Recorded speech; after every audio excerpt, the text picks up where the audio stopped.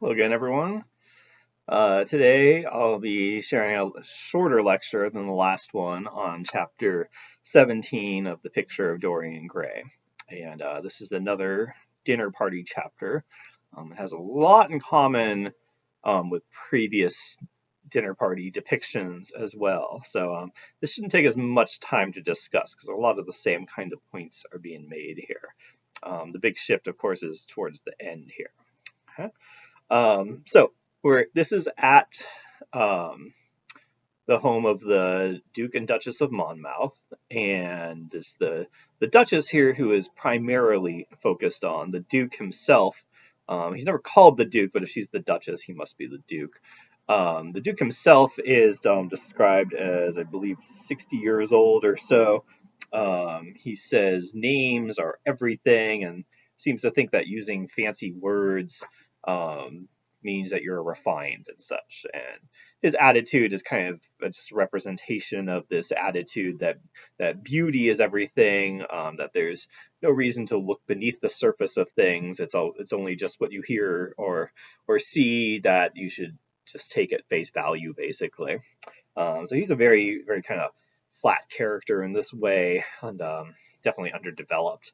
But the focus is definitely more on his wife, the Duchess, who we also find out is Harry's cousin, which is interesting because she is flirting with Dorian this chapter, as Lord Henry points out to her and says how obvious it is. And that's interesting because Dorian was involved with Harry's sister in some way too, and seemed to have hurt her reputation, as Basil shared previously here. Um, and it makes us wonder a little, like, is Lord Henry really worried about this? He does warn her at one point later in the chapter, but we'll go back to that a little later here. Okay. Um, so she's definitely flirting with Dorian. This is apparent just in the first paragraph of the chapter. And again, Lord Henry calls her out for it later, actually, too. Um, she comments that she dislikes her maid because the maid cannot do the impossible. Like, she makes some reference to how she needs to be ready to go somewhere at a certain time, and she's coming to the maid after that time saying that she needs to be ready to go at that earlier time. And it doesn't make any sense. It just shows like the unreasonable expectations of the aristocracy as portrayed in this book here, of course. Okay. And she also has like the same kind of attitude as her husband. Like, she has a quote, for example, "All good hats are made out of nothing." Well, and that shows that, like, it suggests that beauty does not need any substance behind it at all, actually. Okay. And I feel like that's very similar to the attitude that her husband represents earlier here, with him saying words are everything. Um, let's go back to Harry a little bit. He comments on the stagnation of England in this chapter, how it's just sort of like not really progressing at all anymore.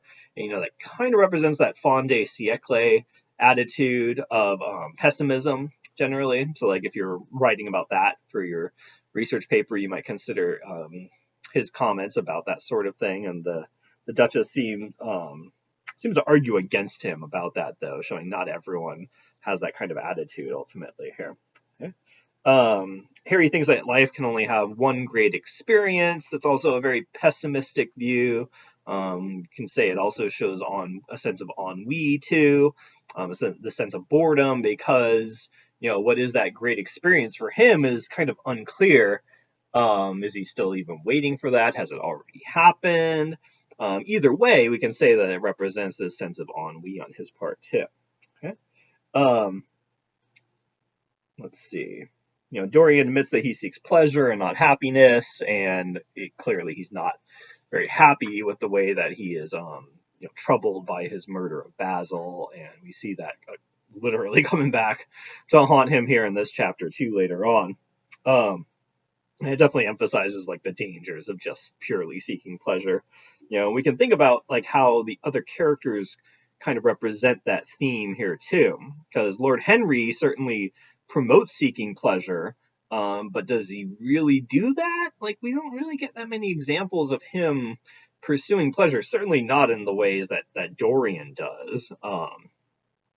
There's no like bad rumors about Lord Henry floating around, for example. Yes, he has this kind of salacious reputation, but it's just more for like the kinds of things that he says, not for the things that he does actually here. Okay? And Lord Henry also warns the Duchess about pursuing Dorian. It's a little vague, um, but he does warn her about that. Again, that might relate back to him thinking about his sister and her reputation being harmed by Dorian. And maybe he doesn't want to see another family member here. But it also can represent that this idea that you cannot just purely seek out pleasure in life, that if you do that, it's going to lead to negative repercussions eventually here. Okay? And again, with what I was just saying about Lord Henry not really, at least us not having examples of him really pursuing pleasure, demonstrating that he understands the limits of this too. He's fine with having a proxy of sorts with Dorian pursuing pleasure and him kind of seeing how that works out. Remember, he views Dorian as kind of a scientific experiment to observe like this here. But he himself doesn't really seem willing to go that far, and him warning the Duchess represents this kind of attitude too. But she seems to kind of enjoy the chase of pursuing Dorian, or the battle, as she calls it, on page 151. And she also goes on to say, this is after a metaphor is presented about child being burned by fire. She says, "I am not even singed. My wings are untouched." Suggesting that she so far has not had any negative repercussions from pursuing Dorian, or maybe just from seeking pleasure in general, actually. And so she seems to be, through that quote, taking on this attitude that, like, well, I've been pursuing pleasure, but nothing bad has happened to me so far. It's also, I think you could see it as an allusion to Icarus. Icarus, of course, with his father Daedalus, escaped from the labyrinth in Greek mythology, and they glued wings together on their backs, and as they're flying away, Icarus gets kind of caught up in the moment and keeps flying up higher and higher, closer and closer to the sun, after his father had warned him about this sort of thing. And then when he gets too close to the sun, the wax that are holding the wings to him melt, and he falls and dies in the ensuing crash into the ocean, I believe.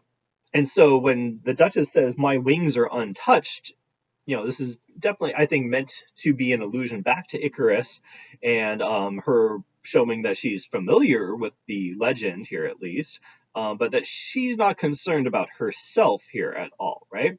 If she was concerned, then she'd say, "My wings are falling off, and I'm in trouble." But here saying, "I am not even singed, my wings are untouched," suggests that she has this attitude that she is not going to get hurt by her pursuit of pleasure here, and her pursuit of Dorian, actually. Okay. Let's see. So this is why it's important for us to be familiar with allusions like that. It adds a deeper understanding to the text to be able to analyze it in this way. She also says, though, in contrast, quote, "I must keep an opportunity for retreat," which is page 152 in my copy of the text, which suggests that she knows that she's acting dangerously, and because she realizes that she does need to leave herself an out. So this kind of suggests that she does realize that she can get quote unquote singed here, and that her wings, could be touched, going back to the quote that she gave there. So she does leave herself like an opportunity to go back to like the safe life, basically, okay, in case she ends up going too far or getting in trouble ultimately. It might even be a suggestion that if her husband were to recognize what she's doing, like maybe he would like take it out on her in some way, possibly. I mean, there's nothing in the text definitely to substantiate that, but it's a possibility, is one way for us to analyze it.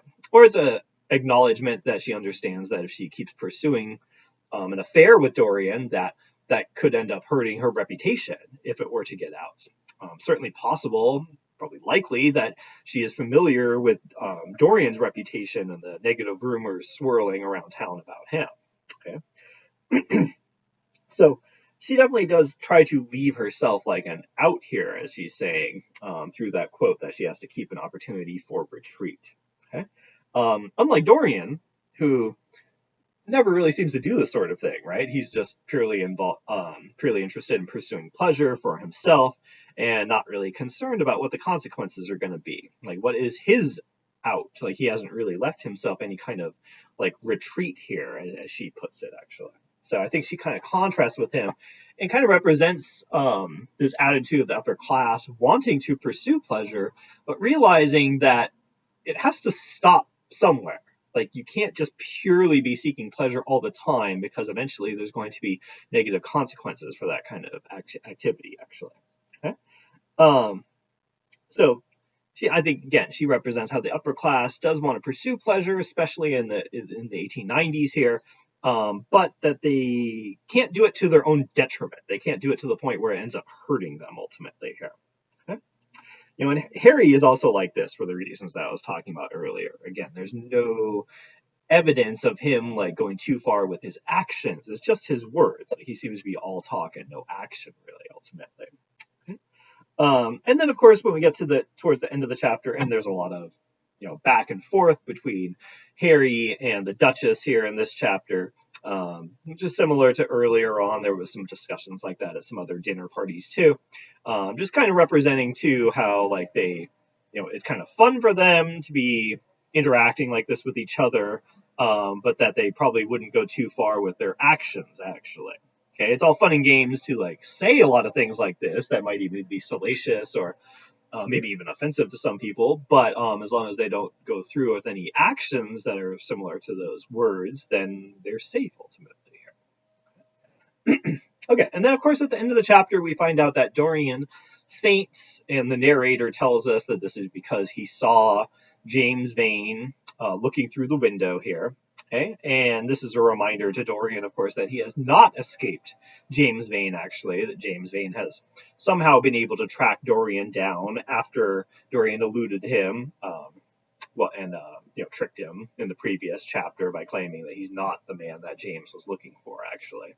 And so Dorian here is reminded here that he is not completely safe, right? That, like, this is a sign that he does not have that kind of retreat that the Duchess wants here, right? Because how is he to really even protect himself against James Vane at this point? If James Vane wants to kill Dorian, then he certainly seems to have opportunity potentially to do so, actually, right?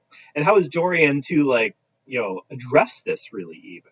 Right? Like, what can he do to protect himself is very questionable at this point, if there's anything he can do. He faints because he's so kind of overwhelmed with the situation here, and doesn't know how to handle things, right? And of course, he plays it off to everyone else. It's nothing serious. He does not alert anyone to what's going on here. But it shows us here that he can't escape the consequences of his actions ultimately, right? So this certainly creates suspense on the part of the author here too, making us wonder about how this is going to play out in subsequent chapters and such. Okay? So that's about it for the chapter here, at least all that I have. Again, we want to try to make those connections back to these elements of the fin de siècle too that we've talked about.